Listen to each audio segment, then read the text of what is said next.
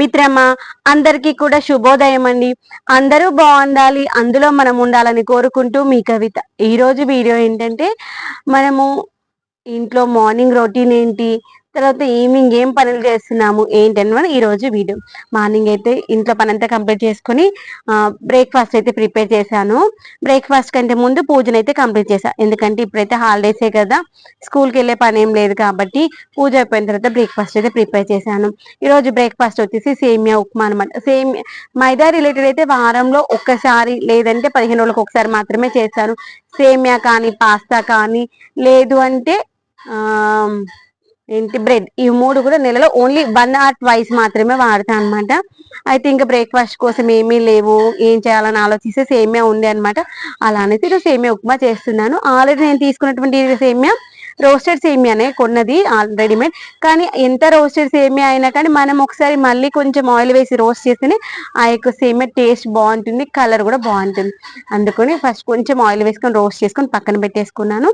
తర్వాత తాలింపు అయితే వేసుకున్నాను. కొంచెం ఆయిల్ వేసుకొని పోపు గింజలు వేసుకొని దాంట్లో మా హస్బెండ్కి అయితే బిర్యానీ ఆకు తర్వాత చెక్క ఉంటే ఇష్టం అనమాట. ఈ యొక్క సేమియాలో వాళ్ళు సింగపూర్లో ఉన్నప్పుడు వాళ్ళ రూమ్మేట్ ఇలానే చేసేవాళ్ళంట. ఎప్పుడు అదే అంటారు, మరి ఇప్పుడు మర్చిపోయాను అనుకోండి, నువ్వు ఈరోజు చెక్క మర్చిపోయి తర్వాత బిర్యానీ ఆకు మర్చిపోయి, ఆ రెండింటితోనే ఫ్లేవర్ బాగుంటుంది, అప్పుడు మా ఫ్రెండ్ బాగా చేస్తుంది అని గుర్తు చేసి అప్పుడు నేను మర్చిపోతా ఉంటాను. అయితే ఈరోజు కూడా మర్చిపోయినట్టున్నాను. తర్వాత మనం ఆవాలు జీలకర్ర వేసుకుని చిటపట్లు ఆడుతున్నప్పుడు కొంచెం కరివేపాకు వేసి తర్వాత ఆనియన్స్ పచ్చిమిర్చి తర్వాత వచ్చేసి క్యారెట్, ఈ మూడు కూడా వేసుకొని మంచిగా అవన్నీ మంచిగా వేగేటప్పుడు కొంచెం సాల్ట్ వేసుకొని అవి వేగిన తర్వాత ఉడికిన తర్వాత క్యారెట్ కొంచెం మగ్గాలి. తర్వాత కొంచెం అల్లం వెల్లిగడ్డ పేస్ట్ వేసి వాటర్ వేసుకోవాలన్నమాట. ఇక్కడ వాటర్ క్వాంటిటీ ఏంటి, నేనైతే మెజర్ చేసుకునే వేస్తాను, కొంతమంది అందరి కొద్ది కూడా వేస్తారు. నేను 1 గ్లాస్ సేమియా తీసుకున్నాను అనుకోండి, 1 గ్లాస్ కంటే కొంచెం తక్కువ తీసుకుంటాను అనమాట. సేమ్ వాటర్ 1కి 1 తీసుకుంటేనైతే మెత్తగా అవుతుంది, 1కి 1 కంటే కొంచెం తక్కువ ఒకవేళ 2 కప్పులు సేమియా తీసుకున్నాను అనుకోండి, 1.5 కప్ తీసుకుంటా వాటర్. ఆ క్వాంటిటీలో వాటర్ తీసుకొని మంచిగా మరుగుతున్నప్పుడు ఒకసారి వాటర్ టేస్ట్ చూసుకోవాలి. టేస్ట్ చూసుకొని కావాలంటే ఇక్కడ నేను సేమియా మ్యాగీ మసాలా కానీ ఇప్పి మసాలా కానీ వేసుకుంటాను. ఇప్పి మసాలాతో ఇష్టం అనమాట మా వాళ్ళకి. ఇప్పి మసాలా ఉన్నప్పుడు ఇప్పి మసాలా వేసాను, లేనప్పుడు అయితే ఇప్పి మసాలాని స్కిప్ చేస్తాను. ఒకవేళ ఇప్పి మసాలా కానీ మ్యాగీ మసాలా వేయాలనుకుంటే వాటర్ మరుగుతున్నప్పుడే వేసుకోవాలి, గుర్తుపెట్టుకోండి. తర్వాత సేమియా వేసి అది మంచిగా ఉడికి దగ్గర పడి బంద్ చేసే ముందు కొంచెం కసూరి మేతి వేసాను. సూపర్ గా ఉందన్నమాట, నాకైతే చాలా ఇష్టం కసూరి మేతి. తర్వాత చూసారా ఇలా పొడి పొడిగా వస్తుంది. ఇలా మంచి మందంగా ఉన్నటువంటి గిన్నెలో చేస్తే వాటర్ క్వాంటిటీ తక్కువగా ఉన్న మంచిగా ఉమ్మకిల్లి చాలా టేస్టీగా వస్తుంది. ఇలా బంద్ చేసి ఒక 2 నిమిషాలు పక్కన పెట్టేసుకున్నాం అనుకుని ఆ వేడికి మంచిగా మగ్గిపోతుంది. తర్వాత మనము పూజ కూడా అయిపోయింది కదా, ఇంకా అందరం అయితే తినేసాము. యమ్మీగా ఉందన్నమాట, చాలా నచ్చింది. ఎప్పుడో ఒకసారి తింటాం కాబట్టి బాగుంటుంది. ఇలాంటి రెసిపీస్ అయితే మ్యాక్సిమం తగ్గిస్తే మంచిది అని నా ఒపీనియన్, ఎవరి ఇష్టం వాళ్ళది కదా.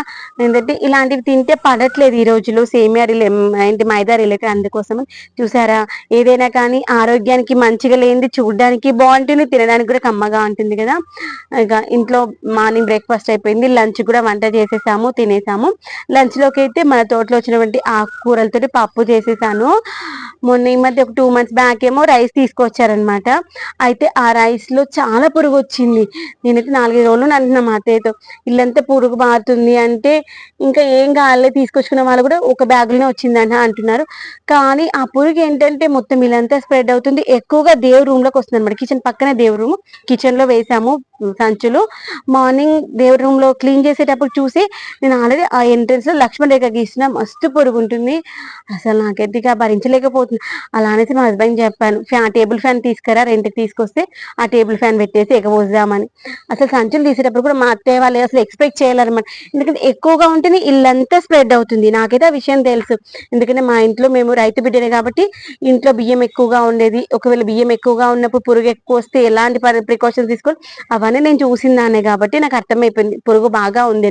కానీ మా అత్తయ్య అసలు ఏం కాదంటే లైట్ తీసుకున్నారన్నమాట. వాళ్ళకి తెలిసిన వాళ్ళు ఎవరు ఏం కాదు పోతుంది అదే అని చెప్పారంట. కానీ నాకు తెలుసు కాబట్టి సర్లే ఇంకా మనం ఎందుకనేసి పౌడర్ తీసుకురమ్మని చెప్పా. మా అత్తయ్య ఏమంటే యాక్చువల్ ఉత్త పౌడర్ కలిపేస్తే అయిపోతుంది అనుకున్నాను. బ్యాగ్స్ ఓపెన్ చేశాక నేను ఒక 3 బ్యాగ్స్ ఏమో నేను మా హస్బెండ్ ఇద్దరం కలిసి ఎగపోసాము. తర్వాత మా అత్తయ్యని పిలిచా, చూసి షాక్ ఏంటి ఇంత పురుగు ఉందని చెప్పలేదు అనమాట. తర్వాత నెక్స్ట్ డే మళ్ళీ ఇంకొక 6 బ్యాగ్స్ చేసేటప్పుడు మీరు ఇంత ఉంటే అనుకోలేరు కదా అంటే, అసలు నేను అనుకోలేదు, ఉత్త పౌడర్ కలిపేసి అయిపోతుంది అనుకున్నా అని. ఆ రోజు నేను టేబుల్ ఫ్యాన్ తీసుకురమ్మని మా హస్బెండ్ ఈవినింగ్ టైంలో ఎగబోసదానిలే, ఎండ బాగా ఉంది, ఇంట్లో ఎగబోసనేది ఇల్లంతా స్ప్రెడ్ అయిపోతుంది, బయట బాల్కనీలో ఎగబోసామనేసి మా అత్తయ్య ఇక మధ్యాహ్నం టైంలో మా హస్బెండ్ పిలిచి బయట పోసేసి పౌడర్ కలిపిద్దాం అనుకున్నారనమాట. నాకు అర్థమైంది అన్నమాట. ఇప్పుడు వద్దులే ఈవినింగ్ అని చెప్పాను అంటుందన్నమాట. ఇదిగోండి బియ్యం అన్ని అయితే ఎగబోసాను. ఎగబోసి ఒక 2 రోజులు అయితే సంచులు కుట్టేయకుండా పక్కన పెట్టేశాను. ఆఫ్టర్ 2 days అయితే ఇలా సంచులు కుట్టేస్తున్నాను అనమాట. ఏంటంటే ఊర్లలో అయితే దబ్నం ఉంటుంది, దబ్నము తర్వాత సుతిల తాడుతో అయితే కుట్టేయచ్చు. మనకి సిటీలో సుతిల తాడు దొరుకుతుంది కానీ దబ్నం అయితే దొరకదు కదా, మా ఇంట్లో కూడా లేదనమాట. అలా అనేసి నేను పూలు కుట్టేటువంటి సూది ఉంటుంది కదా, అదే సూది దారాన్ని 4 వరుసలు పెట్టి అయితే కుట్టేశాను. చూసారా, రైతు బిడ్డగా పుట్టామనుకోండి ఎంత కష్టాన్ని అయితే ఇష్టంగా చేయగలుగుతాం కదా. ఎంత పెద్ద చదువులు చదువుకున్నా, ఎంత మంచి పొజిషన్ లో ఉన్న రైతు బిడ్డగా పుట్టామనుకోండి అన్ని పనులు చూసింటాం, అన్ని కష్ట నష్టాలు చూసింటాం కాబట్టి అన్నింటికి ఎదురొడ్డి నిలుస్తాము. ఈ మాట ఎంతమంది నమ్ముతారో నాకు తెలియదు కానీ అది నిజం.